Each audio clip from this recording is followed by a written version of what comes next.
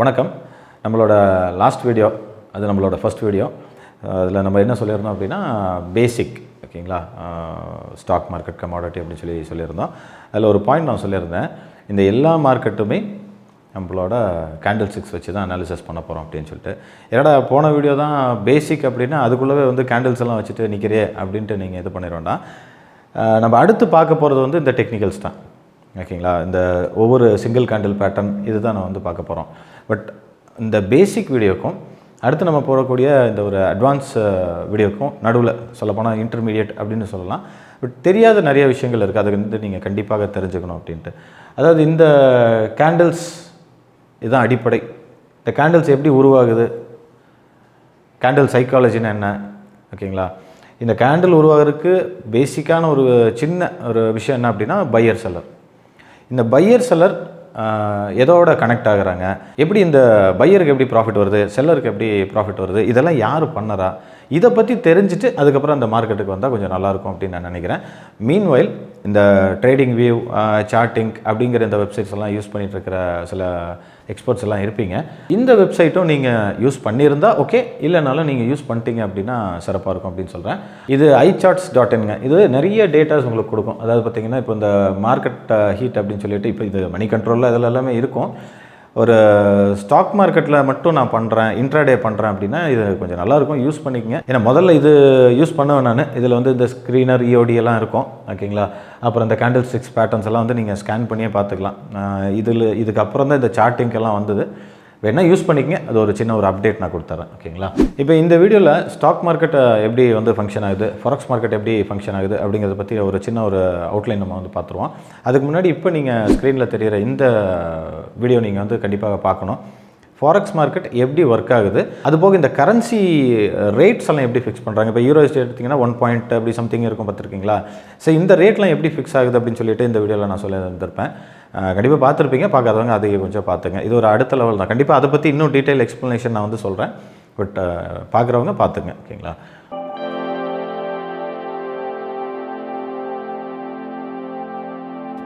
Okay, ஒரு சில முக்கியமான விஷயங்கள் நம்ம இந்த இதில் நம்ம வந்து பார்ப்போம். அப்புறம் ஒரே ஒருத்தர் கமெண்ட் பண்ணியிருந்தார், என்ன அப்படின்னா, சார் நீங்கள் வந்து கேமரா பார்த்து பேசுங்க அப்படின்னு சொல்லிட்டு. அது புரியுது. நான் அப்பப்போ இந்த லெஃப்ட்டில் ரைட்டில் திரும்புகிற காரணம் என்னென்னா, இந்த பக்கம் 2 சிஸ்டம், கீழே லேப்டாப் வச்சுருக்கேன். நான் பொசிஷன்ஸ் வச்சுட்டு அதாவது என்னென்னா, ட்ரேட் பண்ணிவிட்டு உங்களுக்கு சொல்லித்தரனால கவனம் அங்கேயும் இங்கேயும் இருக்கும். ஏன்னா மார்க்கெட்டில் இருக்கும் ஓகேங்களா. அது நீங்களும் ஒரு எக்ஸ்பர்ட் லெவலில் வரும்போது தெரியும் நீங்கள். ஓகே, நான் வந்து ஒரு பேசிக்கான சில விஷயங்கள் ஸ்டாக் நெட்வொர்க் அப்படின்னு சொல்லி போட்டிருக்கேன். அதாவது இந்த ஸ்டாக் மார்க்கெட் எப்படி வந்து ஃபங்க்ஷன் ஆகுது அப்படின்னு சொல்லிட்டு. அதில் வந்து பார்த்திங்கன்னா, நம்ம எல்லாருமே கிளைண்ட். நாம் வந்து டைரெக்டாக போய்ட்டு எக்ஸ்சேஞ்சில் வாங்க முடியுமானா முடியாது. ஓகே, ஒரு புரோக்கர் சூஸ் பண்ணோம். ஃபார் எக்ஸாம்பிள் இப்போ வந்து ஒரு கொட்டக் எடுத்துக்கங்க. கொட்டக் செக்யூரிட்டிஸ் இருக்குது.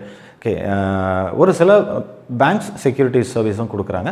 அண்ட் ஒரு சிலர் டைரெக்டாகவே இந்த செக்யூரிட்டிஸ் மீன்ஸ் அந்த ப்ரோக்கிங் சர்வீஸில் இருப்பாங்க. ஓகே, ஒரு கிளைண்ட் என்ன பண்ணணுன்னா, அந்த புரோக்கரை சூஸ் பண்ணி, டிஸ்கவுண்ட் புரோக்கராக இருக்கலாம், இல்லை பேங்கிங் புரோக்கராக இருக்கலாம், வாட்டெவர் ஓகேங்களா. அந்த புரோக்கர் மூலிமா தான் நீங்கள் வாங்குகிற ஸ்டாக்ஸாக இருந்ததுன்னா அது போய்ட்டு உங்களோட டிபியில் இருக்கும். சிடிஎஸ்எல், என்எஸ்டிஎல் பற்றி நம்ம வந்து பேசுவோம். அண்டு இன்னொன்று, இந்த எஃப்என்டோ பண்ணுறவங்க, இந்த ஆப்ஷன்ஸ் பண்ணுறவங்க, இந்த ட்ரேடிங் அக்கௌண்ட் அப்படின்னு சொல்லிட்டு இருக்கும் ஓகேங்களா. ஸோ இது எல்லாமே நீங்கள் இந்த புரோக்கர்கிட்ட உங்களுக்கு எது வேணுமோ அந்த அக்கௌண்ட் ஓப்பன் பண்ணிக்கணும். இப்போ நான் ஸ்டாக்ஸ் தான் வாங்கி வைக்கிறேன் அப்படின்னா உங்களுக்கு இந்த ட்ரேடிங் இதெல்லாம் தேவையில்லாமல் அந்த உங்களுக்கு இந்த ஏஎம்சி ஃபீஸஸ் அதெல்லாம் வந்துட்டு இருக்கும் ஓகேங்களா. அண்ட் நான் வாங்கக்கூடிய ஒரு ஸ்டாக் எக்ஸ்சேஞ்சிலேருந்து நான் வாங்குகிறேன். இப்போ அந்த ஸ்டாக்குக்கு உண்டான கமிஷன்ஸு, அந்த டேக்ஸு, இதெல்லாம் யார் வந்து பார்த்துக்கிறா அப்படின்னா கிளியரிங் மெம்பர். கிளியரிங் மெம்பர்னு சொல்ல போனால் ஈவன் புரோக்கரே கிளியரிங் மெம்பராகவும் இருப்பாங்க. ஃபார் எக்ஸாம்பிள் எஸ்எம்சி குளோபல் வந்து பார்த்திங்கன்னா, அவங்க ஒரு புரோக்கர் அஸ் வெல் அஸ் அவங்க வந்து ஒரு கிளியரிங் மெம்பர். இந்த கிளியரிங் சார்ஜஸ், இப்போ சிஎம் சார்ஜஸ்ன்னு சொல்லிட்டு உங்களோட கான்ட்ராக்ட் ஷீட், இப்போ ஸ்டாக் மார்க்கெட் பண்ணுறவங்க வந்து பார்த்திங்கன்னா சிஎம் சார்ஜஸ் அப்படின்னு சொல்லிட்டு எடுப்பாங்க. இந்த ஃபெசிலிட்டி எல்லாம் பண்ணித்தரவங்க கிளியரிங் மெம்பர். அது ஒரு லிஸ்ட் ஆஃப் பீப்புள் இருக்காங்க. ஓகே, ஸோ நான் ஒரு கிளைண்ட்டாக இருக்கிறோம். ஒரு ஃப்ராக்ஷன் ஆஃப் செகண்டில் நம்ம வந்து ஒரு ஸ்டாக்கை பை பண்ணுறோம் அப்படின்னா, ஒரு செல்லர்கிட்ட இருந்தால் நம்ம வாங்கியிருப்போம் இல்லைங்களா. ஸோ இந்த செல்லர்கிட்டருந்து நமக்கு அந்த ஸ்டாக்கோ அல்ல அந்த பர்டிகுலர் கான்ட்ராக்டோ நமக்கு வந்து வாங்கி கொடுத்து அதுக்குண்டான அந்த ஃபீஸு இதெல்லாம் வந்து டெபிட் பண்ணுறது, கிரெடிட் பண்ணுறது எல்லாம் இந்த கிளியரிங் மெம்பரோட வேலை.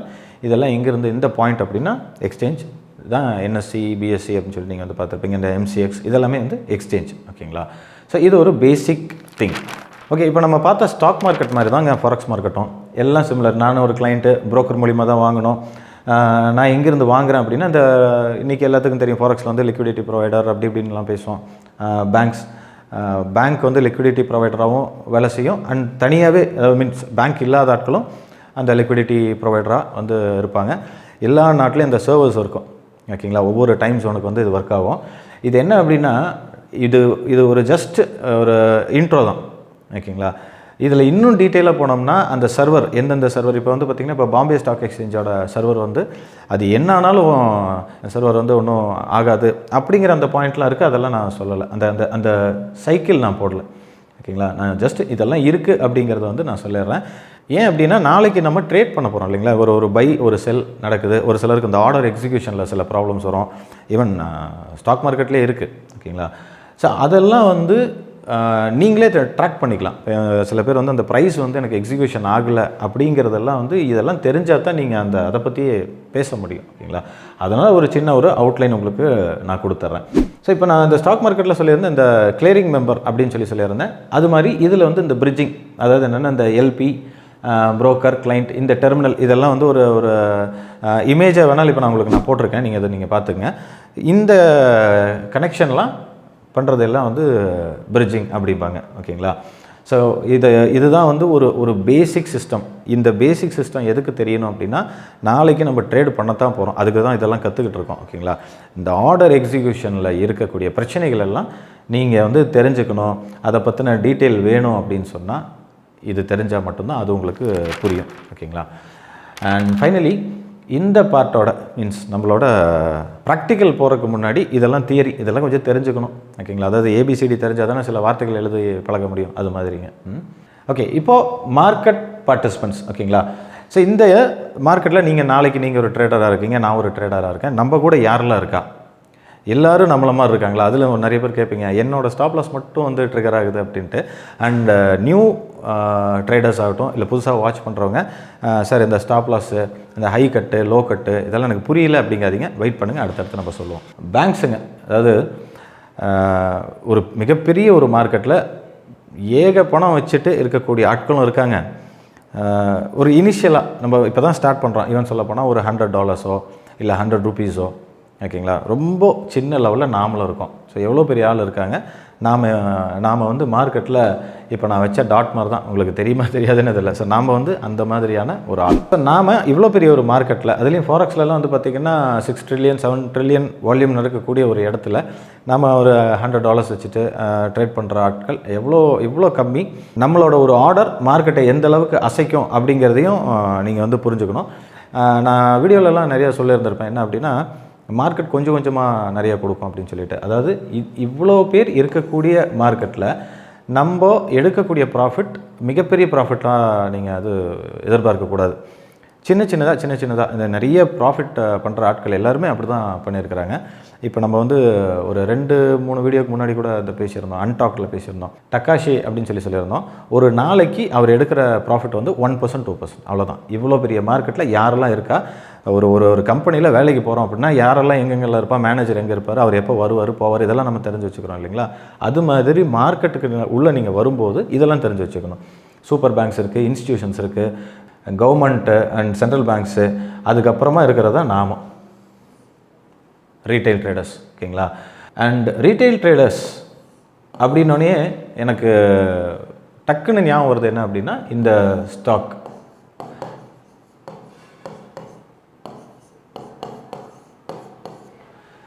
Game stop. ஓகே, ஸோ இந்த ஸ்டாக் சொல்லப்போனால் பெரிய பெரிய இன்ஸ்டிடியூஷன், இந்த பேங்க்ஸு, இது எல்லாத்தையும் காலி பண்ணி ரீட்டைல் ட்ரேடர்ஸ் ஆகிய நாம் ஜெயிச்சது அப்படின்னு பார்த்தீங்கன்னா இந்த கேம் ஸ்டாப் அப்படின்ட்டு. இது ரேராக நடக்கும், ரொம்ப ரேராக. அதுலேயும் வந்து நீங்கள் வந்து பார்த்திங்கன்னா இது எவ்வளோ நாள் வந்து இந்த ஸ்டாக்கில் இன்வெஸ்ட் பண்ணி வெயிட் பண்ணிட்டு இருந்தாங்க அப்படிங்கிறது அது தனி, அது ஸ்டோரி தனி. பட் இந்த ரீட்டைல் ட்ரேடர்ஸ் வந்து ஜெயிக்கக்கூடிய வாய்ப்புங்கிறது 10% குறைவு, வெறும் 10% குறைவு. இப்போ நீங்கள் வந்து பார்த்திங்க அப்படின்னா நிறைய பேர் சொல்லலாம், மார்க்கெட்டில் 90% 99% வந்து லாஸ் தான் பண்ணுறாங்க அப்படிங்கிறதெல்லாம் வந்து நீங்கள் நிறைய படிச்சிருப்பீங்க. ஆனால் அந்த லாஸ் ஏன் அந்த 90% லாஸ் பண்ணுறாங்க, 95% லாஸ் பண்ணுறாங்க அப்படிங்கிறதுக்கு பின்னாடி இதெல்லாம் இருக்குங்கிறத நீங்கள் தெரிஞ்சுக்கணும்ல. ஒவ்வொரு ரீட்டைல் ட்ரேடரும் தெரிஞ்சிக்க வேண்டிய சில விஷயங்கள் இருக்குது. அதாவது என்னென்னா மார்க்கெட்டில் இவங்கெல்லாம் இருக்காங்க, அப்போ நாம் வந்து இந்த ப்ராஃபிட் நம்ம எதிர்பார்க்க முடியாது. நான் வந்து யூஎஸ்டிலே சொல்லிடுறேன் உங்களுக்கு. இப்போ ஒரு $100 நம்ம வந்து இன்வெஸ்ட் பண்ணியிருக்கோம் அப்படின்னா, நான் வந்து ஒரு particular stock or index or currency whatever நான் என்னமோ ஒன்று நான் வாங்குகிறேன். ஓகேங்களா? என்னோட வால்யூம் அப்படிங்கிறது ஒன்று இருக்குது. இந்த $100 அப்படிங்கிற அந்த ஒரு வால்யூம் ஒன்று இருக்குது. அண்ட் இன்னொன்று மார்க்கெட்டில், இது இவ்வளோ பெரிய மார்க்கெட்டில் ஒரு சின்ன ஒரு டாட். ஓகேங்களா? இதுதான் நான், இதுதான் நீங்கள். ஸோ இப்போ நான் வாங்கிட்டேன். இப்போ ஸ்டாக் ப்ரைஸ் வந்து இப்போ ஏறிட்டுருக்கு அப்படின்னு வச்சுக்கோமே, ஒரு இந்த ஒரு பாயிண்ட் இருக்குது. இப்போ நாம் என்ன பண்ணோம் அப்படின்னா, மேக்ஸிமம் ஆஃப் ட்ரேடர்ஸ் என்ன நினைப்பாங்க அப்படின்னா, இந்த இடத்துக்கு மேலே திருப்பி ஏறணும் அப்படிங்கிறத நினைப்பாங்க. அதாவது இந்த இடத்துல ஸ்டாப் லாஸு அது இதெல்லாம் அது ரெண்டாவது, அது போடுறாங்க போடல, அது ரெண்டாவது. பட் இந்த இடத்துல இவங்களோட பை அப்படின்னு சொன்னால் மேக்ஸிமம் இது வந்து டெக்னிக்கல்ஸை விட்டுருங்க, டெக்னிக்கல்ஸ் அப்பார்ட், பொதுவாக எதிர்பார்க்கறது என்ன அப்படின்னா, மார்க்கெட் இங்கேருந்து மேலே போகும் அப்படிங்கிறது ஒன்று. இப்போ நான் கேட்குறது என்ன அப்படின்னா, இந்த பாயிண்ட், இந்த வாங்குகிற பாயிண்ட்டு நீங்கள் இன்வெஸ்ட் பண்ண இந்த $100 போதுமா? இதுதான் நம்ம வந்து பேசியிருந்தோம். அதாவது என்னென்னா, மார்க்கெட்டு கொஞ்சம் கொஞ்சமாக நிறைய கொடுக்கும் அப்படின்னு சொல்லிட்டு.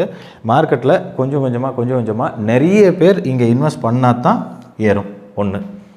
அல்லது இதே இடத்துல ஒரு பெரிய ஒரு இன்ஸ்டியூஷன், இப்போ நம்ம பார்த்தோம் இல்லைங்களா, அந்த இன்ஸ்டியூஷனல் இன்வெஸ்டர்ஸ் யாராவது வந்து இன்வெஸ்ட் பண்ணியிருந்தால் ஏறும். இப்போ பாயிண்ட் என்ன அப்படின்னா, இந்த பர்டிகுலர் பாயிண்ட்டை எப்படி கண்டுபிடிக்கிறது? இப்போ இந்த இடத்துல நீங்கள் $100 இன்வெஸ்ட் பண்ணுறீங்க அப்படின்னா, இது ஏறும் இறங்கும் எப்படி இது இவ்வளோதாங்க மார்க்கெட்டு. இதுதான் சிம்பிள். ஓகேங்களா?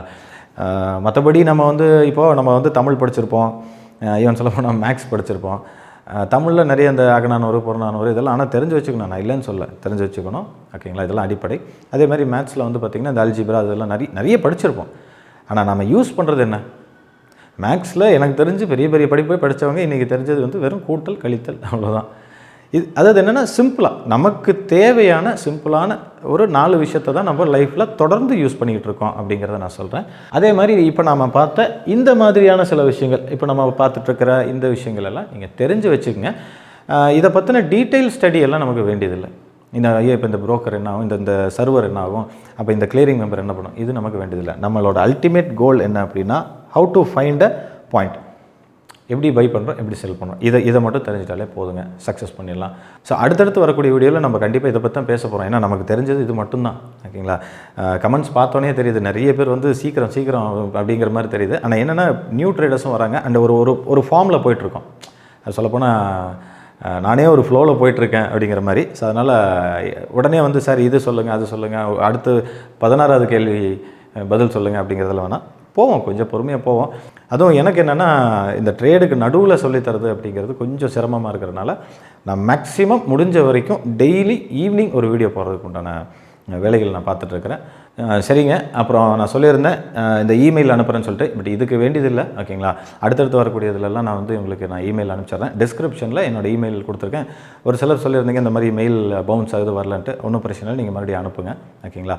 அடுத்து வரக்கூடிய வீடியோஸ்லாம் ஹோம்ஒர்க் கண்டிப்பாக உண்டு. ஸோ எப்போவுமே பேப்பர் பேனாவோட ரெடியாக இருங்க. சில கொஸ்டின்ஸை நான் கேட்பேன். ஓகேங்களா? முடிஞ்ச வரைக்கும் நீங்கள் வந்து எனக்கு பர்சனலாக நீங்கள் என்ன படிச்சிருக்கீங்க அப்படிங்கிறத இந்த மெயில் அனுப்பிச்சிங்க அப்படின்னா செஷன் வந்து இன்னும் இன்ட்ரெஸ்ட்டாக போகும் அப்படின்னு நான் சொல்லிக்கிறேன். நன்றி, வணக்கம்.